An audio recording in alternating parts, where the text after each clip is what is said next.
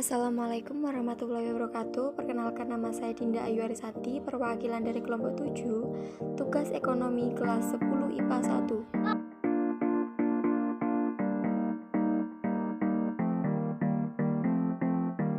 1. Saya di sini akan membahas materi bab manajemen. Memasuki materi yang pertama yaitu definisi dan pengertian manajemen. Definisi manajemen menurut para ahli.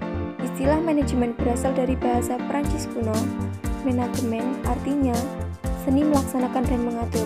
Bagaimana definisi manajemen menurut para ahli ekonomi? Menurut George R. Terry, pengusaha liar dan politikus dari Amerika, manajemen adalah suatu proses khas yang terdiri atas berbagai tindakan perencanaan, pengorganisasian, penggerakan, dan pengendalian untuk menentukan serta mencapai sasaran yang telah ditentukan melalui pemanfaatan sumber daya manusia dan sumber daya lainnya. Menurut S.P. Siagian, ekonom dari Indonesia, dalam buku berjudul Filsafat Administrasi, manajemen adalah kemampuan atau keterampilan untuk memperoleh suatu hasil dalam rangka pencapaian tujuan melalui orang lain. Menurut James F. Stoner, ahli manajemen dari Australia, manajemen adalah suatu proses perencanaan, pengorganisasian, pengarahan, dan pengawasan usaha para anggota organisasi dan pengguna sumber daya untuk mencapai tujuan organisasi yang telah ditetapkan. Memasuki materi yang kedua yaitu unsur-unsur manajemen. 1. Manusia. Aktivitas manajemen berlangsung karena adanya SDM. Manusia menjadi penggerak dan penentu keberhasilan tujuan suatu perusahaan. Manusia memiliki peran ganda yaitu sebagai subjek dan objek. Yang kedua adalah uang. Uang berfungsi sebagai alat tukar dan alat untuk mengukur nilai.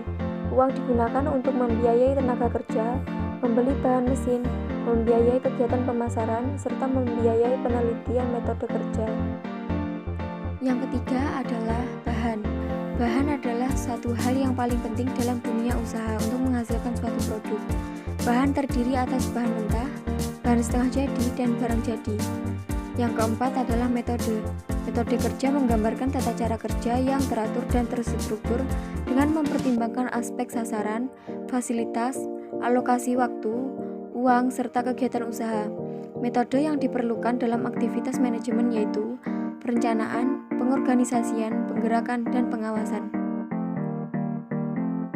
Yang kelima adalah mesin. Pemakaian mesin untuk mempermudah proses produksi, menciptakan efisiensi kerja, serta meningkatkan kuantitas dan kualitas hasil produksi.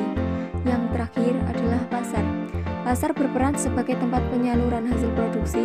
Pasar juga berperan sebagai faktor yang mendorong peningkatan kualitas produk.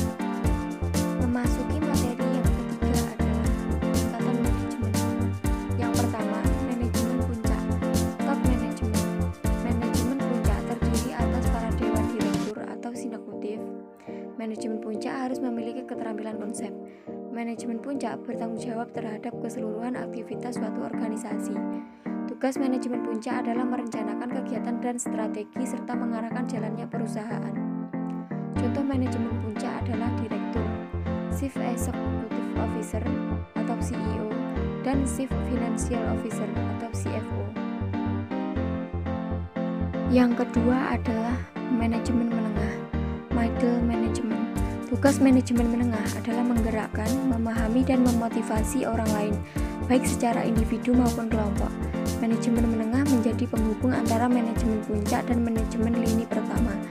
Contoh tingkatan manajemen menengah adalah kepala bagian pemimpin proyek, manajer pabrik, dan manajer divisi. Yang ketiga adalah manajemen lini pertama, first line management. Karyawan yang berada dalam manajemen lini pertama harus memiliki keterampilan teknis. Manajemen lini pertama bertanggung jawab memimpin dan mengawasi tenaga operasional. Selain itu, manajemen lini pertama bertanggung jawab melaksanakan keputusan dan rencana yang ditetapkan manajemen tingkat menengah, mencakup prosedur, teknik pengetahuan, dan keahlian di bidang khusus.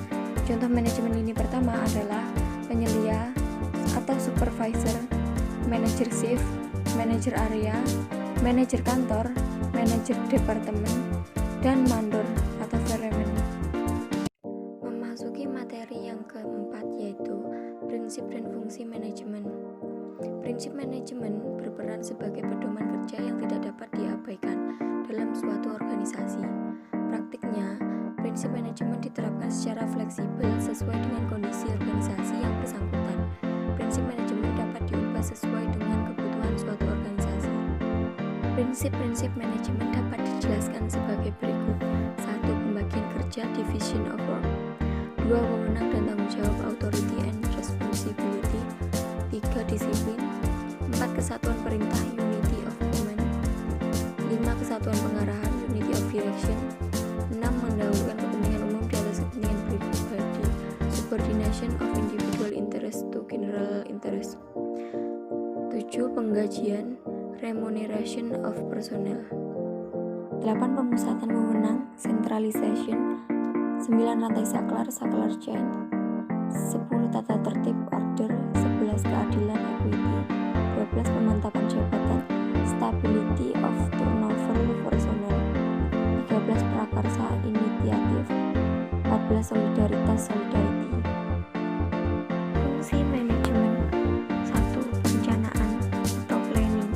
Perencanaan merupakan langkah awal untuk menentukan tujuan.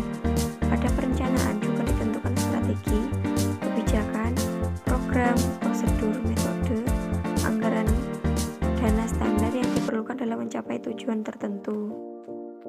Yang kedua ada pengorganisasian atau organisasi. Pengorganisasian adalah proses pembagian tugas, wewenang dan sumber daya untuk mencapai tujuan yang telah ditetapkan. Yang ketiga, pengarahan atau leading. Istilah pengarahan atau leading juga disebut dengan directing, actuating, commanding, dan motivating. Pengarah menunjukkan proses mengarahkan orang-orang untuk bekerja dengan sadar dan bertanggung jawab guna mencapai tujuan yang telah ditetapkan. Yang keempat ada pengoordinasian atau coordinating. Fungsi pengoordinasian mengikat keseluruhan fungsi manajemen melalui fungsi dasar perencanaan, pengorganisasian, pengarahan, dan pengendalian. Yang kelima adalah pengendalian atau controlling. Pengendalian merupakan tindakan manajemen dalam menilai, mengawasi, dan mengendalikan aktivitas yang mengarah pada pencapaian tujuan yang telah ditetapkan. Memasuki materi yang kelima adalah bidang-bidang manajemen. 1. Bidang manajemen operasional. Bidang operasional adalah kegiatan yang berkaitan dengan proses produksi, ketersediaan bahan baku, waktu produksi, metode produksi, dan ketersediaan mesin atau alat produksi. Yang kedua ada bidang manajemen sumber daya manusia. Bidang sumber daya manusia mencakup kegiatan perekrutan karyawan, pemberian gaji, pemenuhan hak-hak karyawan, pengembangan mutu karyawan, dan lain-lain. Yang ketiga, bidang manajemen keuangan. Bidang ini membantu untuk mengontrol pengeluaran dan peningkatan pendapatan. Kemudian yang keempat adalah bidang manajemen pemasaran. Bidang ini dapat didefinisikan sebagai aktivitas untuk mengenalkan produk atau jasa yang dihasilkan kepada konsumen. Memasuki materi yang terakhir yaitu penerapan fungsi manajemen.